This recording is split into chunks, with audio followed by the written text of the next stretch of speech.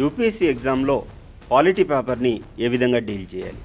చాలామంది అభ్యర్థులు లక్ష్మీకాంత్ అనే పుస్తకంలో ఏవైతే 75 చాప్టర్లు లేదా 80 చాప్టర్లు ఉన్నాయో వాటన్నిటిని సీక్వెన్స్గా చదువుకుంటూ వెళ్తారు, రివిజన్ అనేవి చేయరు.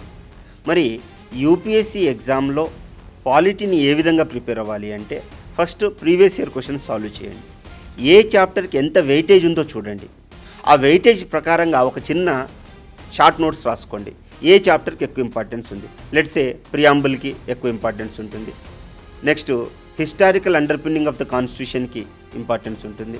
Fundamental rights, DPSP, fundamental duties, దాంతోపాటుగా కొంత పార్లమెంటు, ప్రెసిడెంట్, దాని తర్వాత హయ్యెస్ట్ ఇంపార్టెంట్ ఉండేది కాన్స్టిట్యూషనల్ అమెండ్మెంట్ యాక్ట్స్. ఏ రీసెంట్ ఏమేమి యాక్ట్స్ ఉన్నాయి, constitutional bodies and non constitutional bodies, Supreme Court and high court.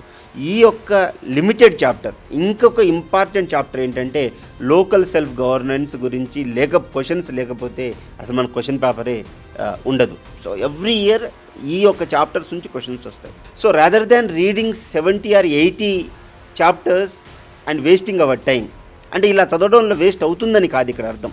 మనము దేనికి ఎంత ఇంపార్టెన్స్ ఇవ్వాలో దానికంత ఇంపార్టెన్స్ ఇస్తే మనకు సక్సెస్ వస్తుంది. ఎందుకు బాగా చదివి ఫెయిల్ అయ్యారు అనే ఒక నింద మన మీద ఉంటుంది. సో దయచేసి మీరు ఏ సబ్జెక్ట్ చదువుతున్నా సరే ప్రీవియస్ ఇయర్ క్వశ్చన్ ఏంటి, ఏ టాపిక్స్కి యూపీఎస్సీ ఇంట్రెస్టెడ్ ఏరియాస్ ఉన్నాయి, ఆ ఏరియాస్ని చదవండి. ఎక్కువ క్వశ్చన్స్ సాల్వ్ చేయండి. సాల్వ్ చేసిన క్వశ్చన్స్ని రివిజన్ చేయండి. దాని తర్వాత మీరు ప్రిపేర్ అవ్వండి. దేర్ బై మీకు 100% సక్సెస్ వస్తుంది. మీరు కంపల్సరీ ఆఫీసర్ అవుతారు. Please do subscribe to epitome IAS. Thank you so much.